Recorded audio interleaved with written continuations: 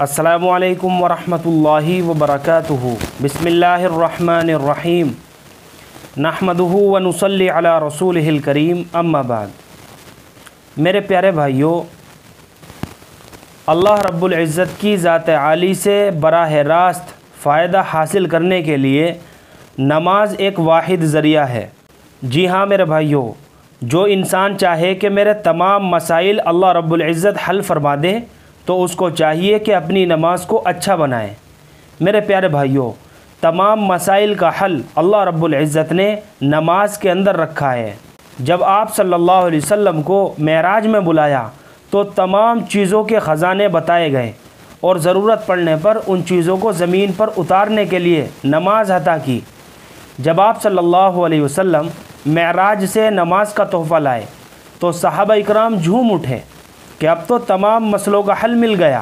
اور اس کے بعد جو بھی حالات آئے انہوں نے نماز ہی کے ذریعے حل کرائے، جن کے قصے اور واقعات بھی مشہور ہیں۔ میرے پیارے بھائیوں، جن کو نماز پڑھنی آ گئی اس کے سارے کام مسلح سے حل ہو جائیں گے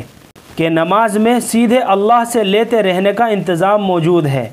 لیکن ضرورت اس بات کی ہے کہ نماز پر محنت کر کے نماز کو احسان کے درجے تک پہنچا دیا جائے۔ جی ہاں میرے بھائیوں، اس کے لیے ایک محنت تو نماز کے ذریعے کلمے والا یقین تازہ ہوتا رہے، جس کی مختصر الفاظ اللہ اکبر یعنی تکبیر تحریمہ کے ذریعے یاد دہانی کرائی جاتی ہے، اور دوسری محنت کہ سر سے لے کر پاؤں کی انگلیوں تک کو اللہ کے حکم اور آپ صلی اللہ علیہ وسلم کے طریقے کے مطابق استعمال کرنے کی مشق کی جائے۔ چنانچہ نماز میں بدن کے ایک ایک حصے کے استعمال کی کئی شکلوں کے احکام دیے گئے۔ مثلا آنکھوں ہی کو لے لو کہ قیام میں سجدے کی جگہ، رکوع میں پنجوں پر، سجدے میں ناک پر، جلسے میں ہاتھوں پر یا گود میں، اور سلام پھیرتے وقت کندھوں پر، یہاں تک کہ حروف کے مخارج کے ذریعے زبان، ہونٹ، مسوڑے، دانت اور حلق کی ابتدا، بیچ اور آخری حصے تک کی مشق کرائی گئی۔ تو جتنی ان سب باتوں کی رعایت کے ساتھ نماز ادا کی جائے گی میرے بھائیوں، اتنی ہی نماز احسان کے درجے تک پہنچتی رہے گی۔ اور احسان یہ ہے کہ اللہ اکبر سے لے کر سلام پھیرنے تک اللہ کے سوا کسی چیز کا دھیان نہ آنے پائے۔ نماز پر محنت کر کے زندگی کی ترتیب اور بدن کے استعمال کو صحیح کرنے کی مشق کی جائے۔ اور نماز اس صفت کا نام ہے جو اللہ کو ساری صفات میں سب سے زیادہ پیاری اور محبوب ہے، اور کلمہ طیبہ میں اسی صفت والا بننے کا مطالبہ کیا گیا ہے۔ اس لیے کلمے کو عہد نامہ یا اقرار نامہ قرار دیا گیا ہے، کیونکہ اقرار یا عہد دل سے تعلق رکھتا ہے۔ اس لیے دل کے اندر کی حقیقت کو ظاہر کرنے کے لیے ایسے عمل کی ضرورت ہے جسے دیکھ کر پہچان سکے کہ یہ انسان ہم سے الگ صفت سے متصف ہے، اور وہ صفت یہ ہے کہ آدمی کی آنکھ، کان، زبان، ہاتھ، پاؤں یعنی جسم کا ایک ایک حصہ ہر حال میں اللہ کی منشا اور آپ صلی اللہ علیہ وسلم والی شکل پر استعمال ہونے لگے،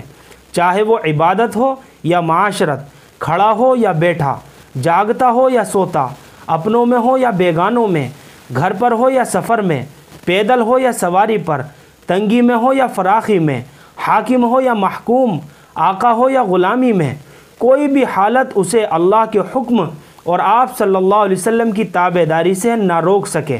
ان ساری صفات کا جامع نام میرے بھائیوں نماز ہے۔ اس لیے یہ بات جان لینا ضروری ہے کہ نماز پوری زندگی کے سارے اوقات اور ہر حال اور ہر عمل میں جاری اور پھیلی ہوئی ہے، اور اللہ رب العزت نے ان جامع صفات کو نماز کے حکم میں جمع کر دیا، اور دن رات میں 5 وقت اس کی ادائیگی فرض قرار دے دی، تاکہ ایک طرف صفت نماز والی زندگی کی مشق ہوتی رہے اور دوسری طرف شان اسلام کا جز ہو کر غیر مسلموں کے لیے کشش کا ذریعہ بنتی رہے۔ حقیقت میں میرے بھائیوں، اللہ رب العزت کی طرف سے ہر مسلم سے مطالبہ یہ ہے کہ وہ 24 گھنٹے نماز والی صفت پر قائم رہے۔ صرف یہ نہیں کہ مسجد میں نمازی اور باہر بے نمازی، نیت باندھی تو نمازی اور سلام پھیرا تو بے نمازی، ایسا نہیں ہے میرے بھائیوں۔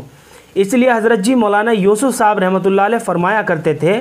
کہ جس نماز میں خشوع اور خضوع نہ ہو، گریہ و زاری نہ ہو اور صحیح نیت نہ ہو، تو شیطان ایسی نماز سے نہیں روکتا اور نہ اس کو اس کی فکر ہے، کیونکہ وہ یہ بات اچھی طرح جانتا ہے کہ وہ نماز جس میں یہ باتیں نہ ہو خود اس کو خدا بھی رد کر دے گا، مجھے محنت کرنے کی کیا ضرورت ہے۔ اور الذین ضل سعیہم فی الحیات الدنیا وہم یحسبون انہم یحسنون صنعا والا معاملہ ہوگا،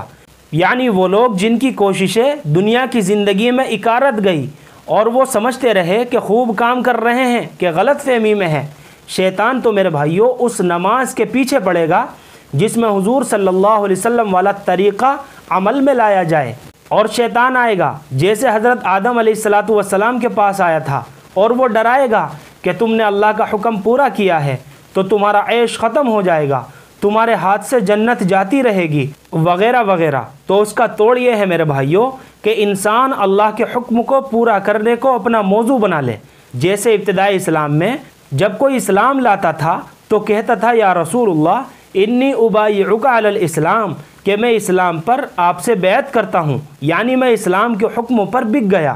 اب نہ جان میری اور نہ مال میرا، خدا اور رسول جیسا چاہیں گے یہ دونوں استعمال ہوں گے۔ تو میرے پیارے بھائیوں، اگر یہ صفت ہماری نمازوں کے اندر پیدا ہو گئی تو اللہ رب العزت ہمارے ہاتھ اٹھانے سے پہلے ہمارے مسائل کو حل کر دیں گے۔ اس لیے ضرورت اس بات کی ہے کہ اپنی نمازوں کے اندر خشوع اور خضوع پیدا کیا جائے، لمبی لمبی نمازیں پڑھ کر اپنی نمازوں کی مشق کی جائے۔ اللہ سے دعا ہے کہ اللہ مجھے بھی اور آپ کو بھی عمل کی توفیق عطا فرمائے۔ وآخر دعوانا ان الحمد للہ رب العالمین۔